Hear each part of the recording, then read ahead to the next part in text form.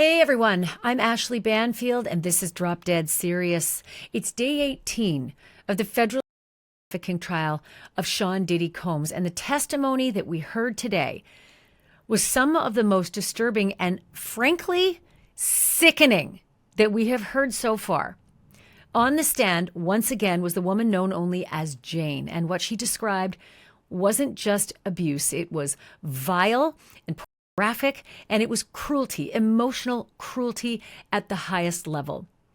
Jane said that she was forced into sex acts to the point of exhaustion. She described total submission to Diddy, a life built around pleasing a man that she said controlled everything, her body, her image, even her rent. She took us inside the so-called love contract, a $10,000 a month deal that she says kept her financially afloat but emotionally trapped.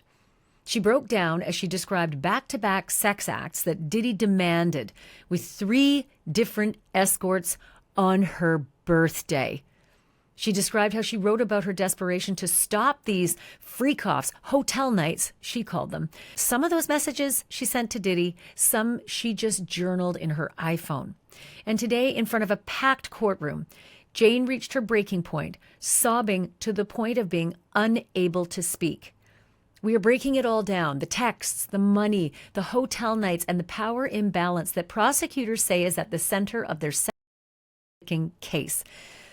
Let's get into it. But I'm going to warn you, it is very, very graphic. This podcast is dirty and upsetting, and I feel terrible for those in the courtroom. I feel awful for the jurors who did not ask for this. I at least signed up for it.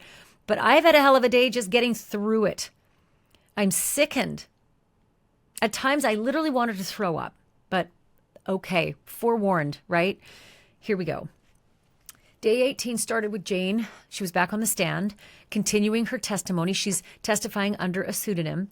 She entered the courtroom in a long maroon-colored blazer. It went all the way down to her ankles. She had matching pants. Her dark hair was parted and sharply to one side, as though deliberately trying to conceal part of her face. And it was the side of her face that would conceal her from Diddy in the court, at least from her seeing Diddy. As she took her place on the stand, her hair almost acted like a curtain, shielding her from the man that she came here to testify against, Sean Diddy Combs. Prosecutor Comey picked up right where she left off on day 17, asking Jane about a trip to Las Vegas aboard Diddy's private jet. Jane said it was a 2-night trip, and that one of those nights included what she called was a hotel night with an escort. And we have heard about these nights ad nauseum, right? They've been described before, but they were described by Cassie Ventura, Diddy's other ex-girlfriend. Cassie said that Diddy called them freak-offs with her, and she did too. Jane, though, calls them hotel nights, and she said the one in Las Vegas was not her idea. It was Diddy's. She told the jury how Diddy used the phrase, going off the grid. To him, it meant letting loose, being wild and carefree. But for Jane, she said it meant something else entirely. She told the jury that Diddy referred to her as his, quote, freak, and expected her to behave like one, sexually uninhibited and always, always available. And when it came to protection, Jane said condoms were not allowed, not because she did not ask for them, but because Diddy said he didn't want to see them in the sex acts. And because Jane said Diddy lost interest in her and everything every time she asked the escorts to use them. She told the jury that she asked for condoms multiple times, including twice where she asked the escort directly, but that Diddy either brushed her off or made her feel guilty for even bringing the subject up. And then came the audio. The government played a nearly 9-minute recording, a conversation between Jane, Diddy, and an escort named Dawn. In the tape, Diddy could be heard entering the room and questioning what was happening. Jane responded that she hadn't been able to use protection that night. Jane was asked by prosecutors why she felt the need to get Diddy's permission for an escort to wear a condom who was going to have sex with her. And through tears, Jane said it was simple. She didn't want to upset Diddy. She told the jury that she feared what might happen if she did, specifically that saying no may cause agitation, disappointment, and consequences. Then came one of the most disturbing moments of the morning, echoing some of what we heard yesterday from Jane, but today it went deeper. Jane testified that after sex with another man, one that was handpicked by Diddy, she was not allowed to clean herself up. Instead, she said that Diddy would have sex with her immediately afterwards, and she described staying in that state while he was, quote, playing with the bodily fluids until she was finally allowed to shower. And then she'd be told to do it all over again, sometimes with the same escort, sometimes with a new escort who'd arrive, and sometimes, believe it or not, and I am having trouble actually believing this is possible, sometimes with 4 different escorts in one night. I should remind you, if you're trying to do the math on this, that she said that these freak-off hotel nights could go up to 30 hours with no sleep and a lot of drugs in order to stay awake. She said at least 3 to 4 hours it would take with one escort. So just imagine the exhaustion that she would feel afterwards. You're going to hear a lot about that in a moment, that she did bring up how exhausted she was and that she needed breaks. But hang on to your hat about what she was told about that. She testified that everything was always under Diddy's direction. He decided how long the sessions would take and when she would be able to take breaks, when she was allowed to eat, when she was allowed to sleep, and when she had to just keep going.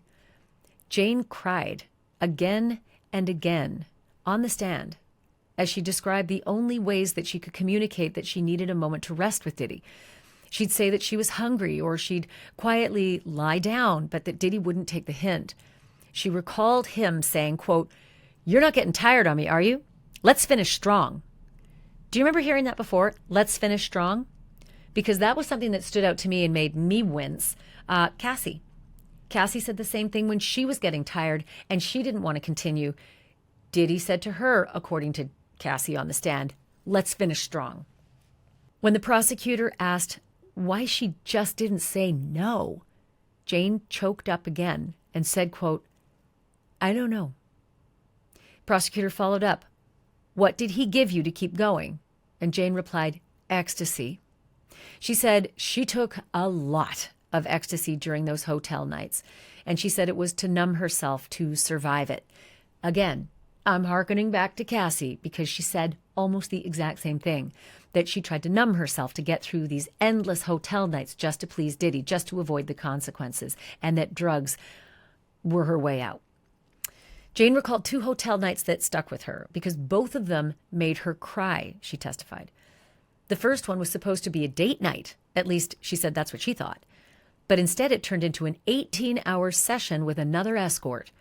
She told the jury that Diddy said it would be quick, but that he left her, still high, still shaken, and didn't return for hours. Jane testified that when she cried, he looked at her and said, quote, "Are you crying?" with a look of disgust. Next, Jane described another night, this one starting at Diddy's house. Jane remembered taking a shower with Diddy and then heading to a hotel already extremely high. At one point, she embraced his butler, a small moment that seemed to comfort her before having to have sex with an escort named Paul. Jane said that later on she broke down crying in the hotel shower. She testified that Diddy brushed her off, saying, quote, "Don't do this right now, I'm too high," end quote. And as disturbing as that night was, Jane admitted she developed coping strategies.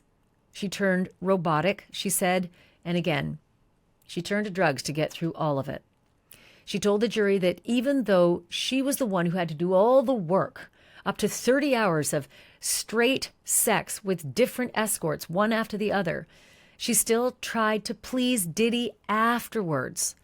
For her, she said, the only relief came when the nightmare was over and they could return to Diddy's house. She said that's when she felt the most safe, and that she would cook for Diddy, that she'd massage Diddy, that she'd put on his favorite shows and cuddle with Diddy on the couch. This after all that she had already done for this man in the hotel. She testified that she often texted him afterwards just to say, "I love you." Sometimes Jane said she would send explicit sex messages.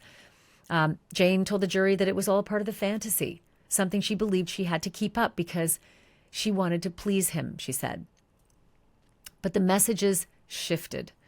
In a text dated September 17th, 2023, Jane told Diddy she no longer wanted to do the hotel nights. She wrote, "Ever since I opened Pandora's box, I have never been able to close it. I am confusing your lust for me, for real love. I don't want to play this role anymore. It's dark, sleazy. We need to talk like adults and figure out how we're going to go from here. I feel like it's the only reason you have me around and why you pay for the house." End quote. That message didn't come out of nowhere. Jane told the jury that after her birthday and everything that happened that night, she needed space. Jane testified that by 2024, hotel nights had moved beyond hotels. Some happened in Diddy's Miami mansion, she said, others at her own home in Los Angeles, but that things began tapering off after February. And then came another moment that shattered Jane's composure. The prosecutor asked Jane how many different men she'd been paired with during those years, from 2021 to 2024, and Jane broke down on the stand, sobbing. She managed to identify a few of them: Paul, Don, Leo, Michael. Their photos were shown in court. Paul, she said, was a personal trainer and escort who also trained Diddy. Leo was white and nicknamed Italian. She identified a third man from 2021 and a hotel night that happened then at La Montage Hotel, said he was bald, black, sweaty, and smelly. That's how she described him. She testified that she begged Diddy that she didn't want to continue, but that Diddy didn't care. According to Jane, Diddy told her to go through with it. As she complied, she said that Diddy had sex with her while the sweaty man hovered over her head. Afterward, Diddy brought in another escort, she said, Paul, calling him Plan B. She said Diddy blindfolded Jane and asked her to touch Paul's chest. Jane said that Paul's energy felt safe, but that she didn't want to have sex with him. She identified Michael, another escort that she had met at the Edition Hotel in L.A. She said she found him kind, even attractive, but again, that she didn't want to have sex, though it happened anyway. And then came her birthday in Miami in 2022. How do I say this? This is the kind of story I'm about to tell you where I think you need to pour yourself a whiskey or absinthe or whatever the hell it is that gets you through the day, because this was where I was so sickened. Jane recalled expecting, for her birthday, a quiet celebration with her boyfriend, Diddy. They had dinner at Nobu, she said. He gave her a gift. And then, to her disappointment, another escort was waiting in their room back at the hotel. Jane sobbed as she described what followed, the now familiar pattern: lingerie, small talk, dancing, and sex for hours or days. It had become robotic, she said. During the act, she says, she asked for a condom. She said that Diddy glared at her and mouthed the words, quote, "You better not ask for a fucking condom," end quote. She described yelping, a small sound out of fear. She said she didn't want to upset Diddy. Jane said that eventually Diddy handed the man a condom, but then he walked out of the room, lost total interest. How about that? Later that night, she said Diddy's mood shifted again. Jane testified that he surprised her with a cake and balloons in another suite. But to her shock and disappointment, another escort was ready, this one named Cabral. Cabral entered the suite, and Jane testified that she had sex with him for hours, doing everything that Diddy wanted. Foreplay, multiple rounds, and that when Cabral finally left the next morning, yet another man walked in, Don. Jane said she had sex with him too. That would be 3 escorts all through the night on her birthday, after she'd said she didn't want to do that, and after she'd asked for condoms and was told no. And then when, Diddy apparently acquiesced to the condoms. He made her feel like it was over. The mood was gone. He walked out, she said. Jane broke down again, describing this second round of sex with escorts on her birthday. She told the jury that this hotel night hurt more because it was her birthday. Jane said that she sat on the couch trying to prepare herself and then asked for a condom. But again, she said Diddy resisted. Next, the government showed the jury a photo of a man that Jane said she had met in New York while visiting Diddy. Jane said that she was actually afraid to go on this trip to New York, afraid that she'd be set up for another hotel night. Jane said that Diddy promised her it would just be the two of them, a romantic night together, dinner, shopping, no hotel night. But on the flight to New York, Jane said that Diddy texted her, quote, "Do you want entertainment tonight?" Entertainment, apparently the word he used for sex workers. Jane said she was devastated by this, that he had promised things would be different. She said that she and Diddy checked into the Trump Hotel, that she sat there and was meant to wait 40 minutes in the SUV outside while Diddy chatted with his entourage on the sidewalk. She said during this time she snapped a photo of the hotel's exterior.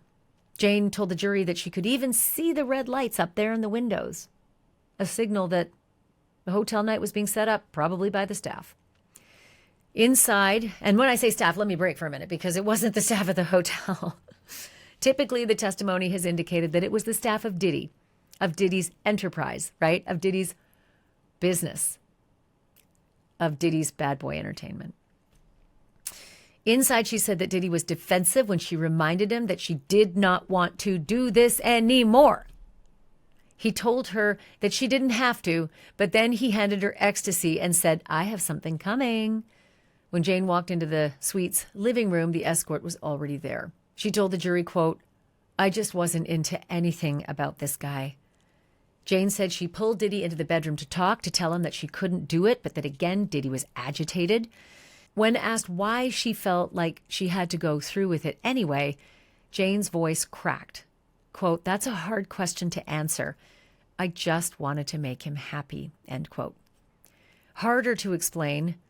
Sometimes she even arranged the entire hotel night as a surprise for Diddy. Jane told the jury that she did it because she knew it was expected, because she'd learned to read between the lines. Quote, he'd say something like, "I can't wait to see what you have for me," end quote. And Jane said that she always wanted to make him happy, and quote, "I told him I loved him deeply every single day." Jane told the jury about another hotel night, one she'd arranged by texting that escort named Cabral and asking if he'd come to New York. She said that he was excited. He booked a flight that same night from Atlanta, and she paid for it using her own credit card. Jane testified, however, that Diddy later reimbursed her. Remember, that's important for the sex trafficking, right? Because they're purchasing tickets for a sex worker to cross state lines. So that's all going to work its way in. And that trip was from Atlanta to New York. So, a couple of states. Jane said they had sex at the Trump Hotel in New York. She said Combs' assistant made sure there was, quote, several $1,000s left at the front desk for Cabral, the sex worker. Again, remember this for the sex trafficking charge. That love, or what she believed was love, certainly came at a cost. Because behind the scenes, there was always cash. It seemed to be everywhere, she testified. She said that she'd find stacks of cash tucked inside nightstand drawers, or she would watch as it was quietly dropped off by staff, either chief of staff or security. And if Diddy ever ran low, like he did in 2022, it wasn't for long, she said. In some instances, Diddy would call his chief of staff, Christina Coram, or sometimes a security guard. One of Diddy's security guards would bring more. But what happened behind closed doors was not just about money or control. Or maybe it was. It's going to be for the jury to figure this one out. But Jane said what followed was pain, physical, emotional, and even medical. She said it started with something that seemed small but wasn't. Toward the end of 2022 and early into 2023, Jane said Diddy asked her to get her nipples pierced, and that he even picked the place where she could get it done. And she said his assistant, Christina Coram, booked the appointment. Again, he's using his staff to do things that I'm sure the prosecutors are going to say she was a sex slave and all these things that were being done were illegal. That will be the prosecutor's viewpoint, right? And that he used his staff to carry out these illegal acts. I am questioning a lot during Jane's testimony, just in terms of the legality of the acts that Jane and Diddy went through. I'll get to that in a moment. I don't want you to be mad at me, but I've looked very, very carefully, only with the legal goggles on, honestly. My emotional goggles are all over the place, but the legal goggles on Jane are far more narrow than they were for Cassie, because Cassie was beaten to a pulp. We saw it. We saw it on video. She testified to it many, many times after that, and so did other people corroborating the beatings that she said she underwent. Jane has not talked about beatings. Jane has just talked about how she had an apartment and didn't want to lose it. And that's why she kept going through all these things and didn't want to disappoint the man she loved. But again, I'll get to that. So the nipple piercing, Jane said she went through with it, but that a year later she ended up taking the piercings out. And then Jane testified that Diddy did not take it lightly, that he demanded, quote, "Where are my piercings? Where are my piercings?" But the physical pain that Jane said she experienced went far deeper than the piercings. She testified that every hotel night left her hurting. She said that she was expected to stay in certain positions, sometimes for hours during foreplay. And the result, she said, was back pain and also vaginal pain and constant infections. She said she suffered from near nightly urinary tract infections, that she took antibiotics regularly and often dealt with soreness and discomfort, but that she rarely said anything. Jane said that she sometimes took a week off to recover, but that other times she didn't. And by the way, she also testified that Diddy would choose her clothes, the lingerie, the ultra high stripper heels, and that she was meant to stay in those stripper heels the entire night, like all during the sex. And she said the baby oil was so just constant that she had trouble staying in those stripper heels, and that also caused her a lot of pain and discomfort. When she was asked why she never told Diddy that she was in this kind of pain or had these UTIs, urinary tract infections, pain with the nipple piercings, etc., Jane said that she did not want to risk upsetting him.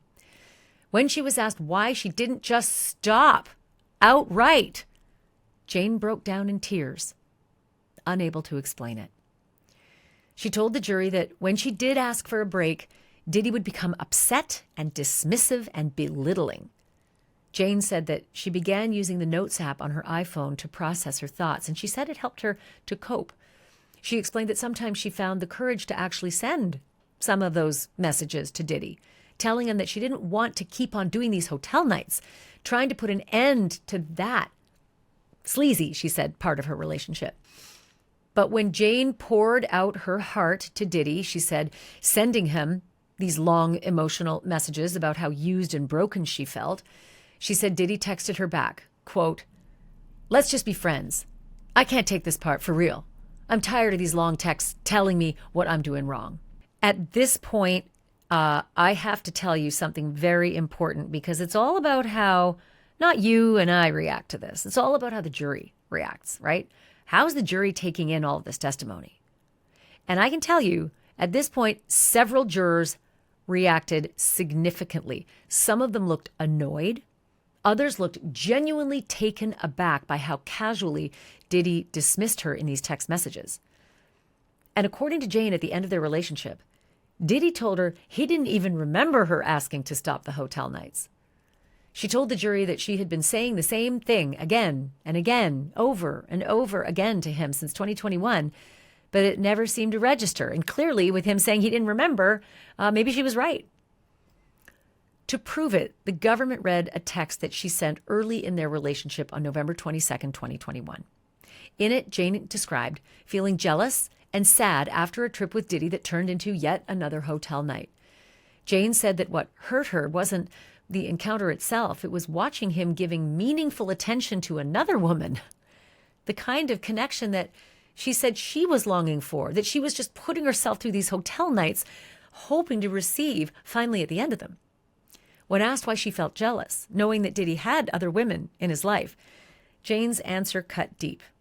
She said, quote, because I felt mistreated. I came there to do a hotel night, and he was giving this other woman quality time that I needed and never got. In the midst of her emotional spiral, Jane said that she tried to set a boundary. She asked Diddy for a break, just a breather, because she said the hotel nights were becoming too much. In response, the government played a voice note that Diddy sent her. In it, he scolded her for cursing at him, insisting he was single and entitled to sleep with whoever he wanted, and downplayed the other woman's presence, saying that she was only there to work out with him. Jane told the jury that the message left her feeling unstable and confused.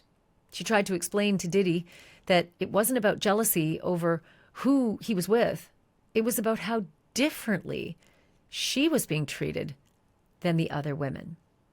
She felt like she was carrying the emotional, the physical, and the sexual weight of their relationship while the others weren't expected to do so. Later, she said that Diddy FaceTimed her to smooth things over. And the next message that she sent to him simply read, "Baby." Then came another string of messages from February 11th, 2022. At one point, Jane said she stopped responding to Diddy, ignoring the calls from both of his phones, actually. He was upset, she said. But there was a reason for her silence, she said. She testified that Diddy left her behind in a hotel room after one of these freak-offs, right? That the hotel room was full of, quote, things, she said, and that he got on a plane to celebrate another woman's birthday. And what made this worse was that Jane had just had sex with multiple men with Combs the night before for him. But then she saw an Instagram post that Diddy had gone all out for another woman's birthday, a private jet, a villa on an island, friends flown in, lavish gifts, every detail carefully planned. She remembered staring at the screen, she said, thinking, what a drastic difference this is, end quote. On the stand, her voice broke as she said, quote, I felt so cheap. And in that moment, she decided she never wanted to do another hotel night again. But why that moment, right? Because there were other moments that she testified to that Diddy would finish with the freak-off, marathon, and then just leave her there alone to recover, sometimes for days, and not just recover, to clean it up. And she said many of these times he would leave her to get on a plane to see another woman. Jane said that Diddy made her countless promises, dinners, getaway time, real time together.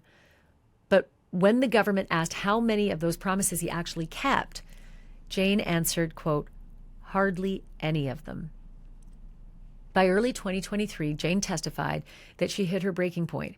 She told the jury about a text that she sent to Diddy in February that she described as a desperate plea to change the dynamic of their relationship. The message came shortly after a traumatic birthday where she said Diddy forced her to have sex with 3 male escorts in succession while he watched. Jane, typically soft-spoken, was now wailing on the witness stand while she was describing having sex with those 3 male escorts in a row. She also shared that in November of 2023, she wrote a note to herself in her phone, a message that she wished she could have sent to Diddy, but was too afraid to do so.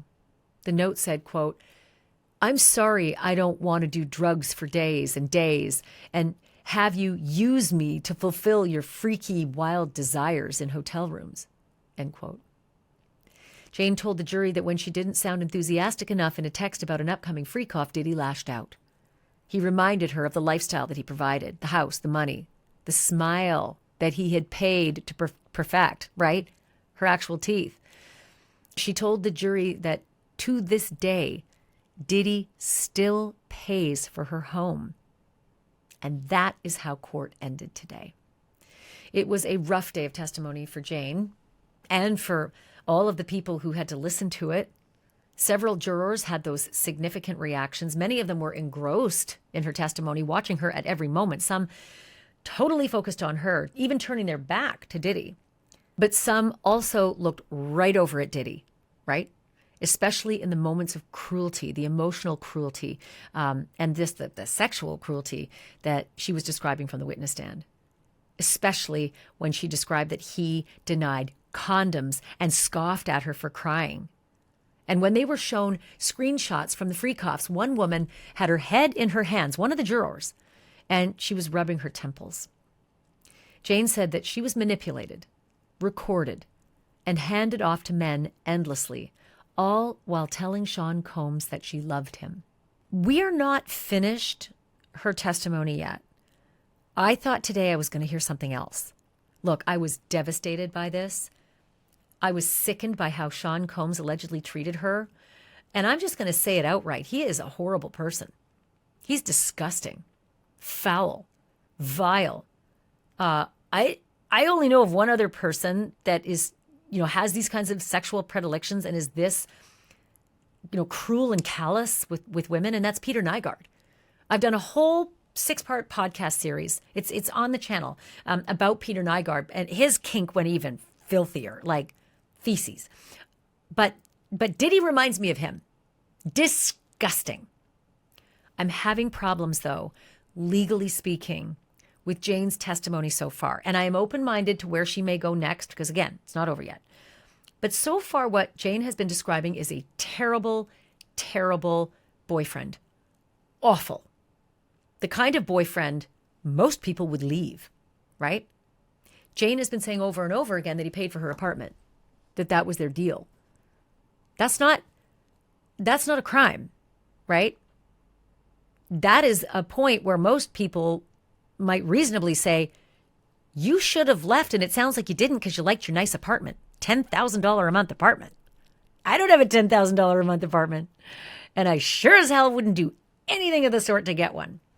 And that might be how jurors feel. That may be how you feel. The emotional abuse and trauma he put her through certainly is despicable. But I don't know that you can call this criminal, right? I don't know you can call it criminal. Here's what I do know. I think people on the jury are going to hate him.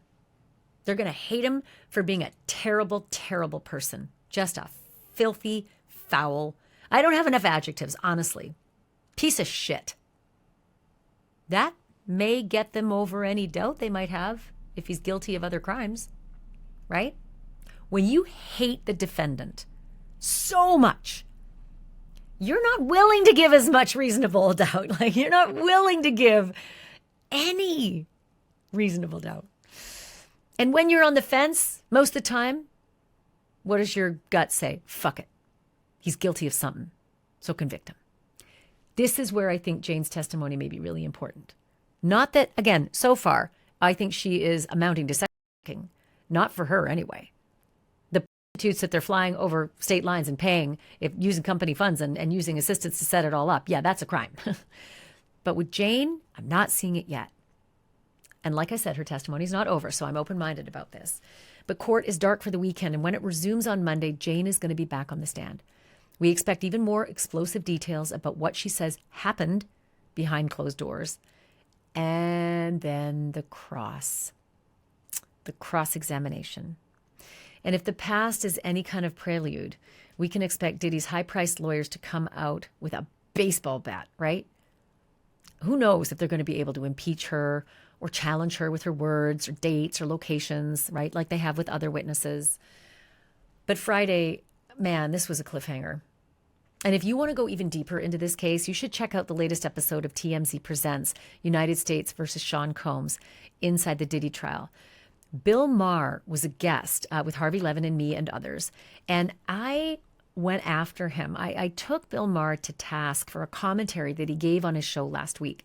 If you missed it, go back and check it, first of all, on his show, or find it online because it's everywhere.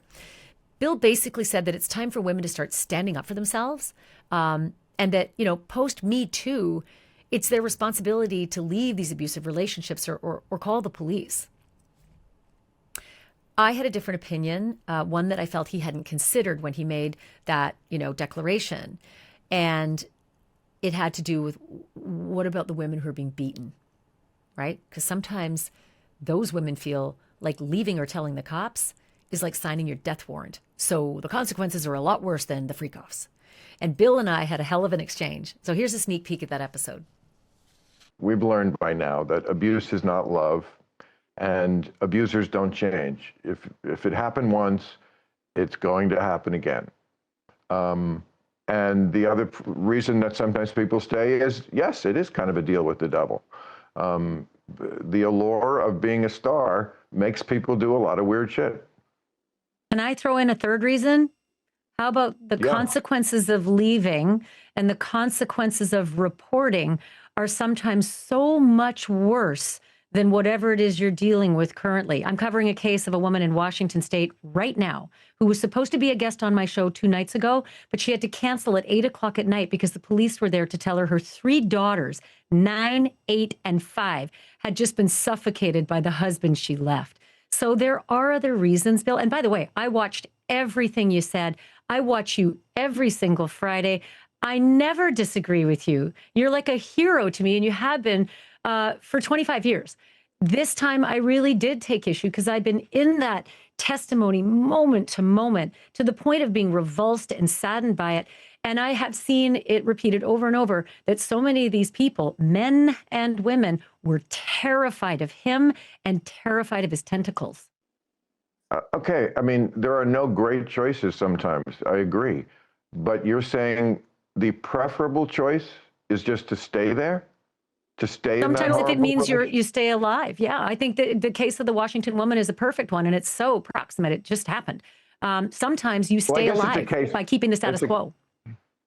I guess it's a case-by-case basis. You know, I mean, yes, if your life is imminently in danger, I guess that's a different situation. I don't think that's what we're talking about here, and that's not what I was talking about, and that's not what we were just talking about with show business. Again, check out TMZ Presents United States versus Sean Combs inside the Diddy trial. It's now streaming for free, and it's on Tubi.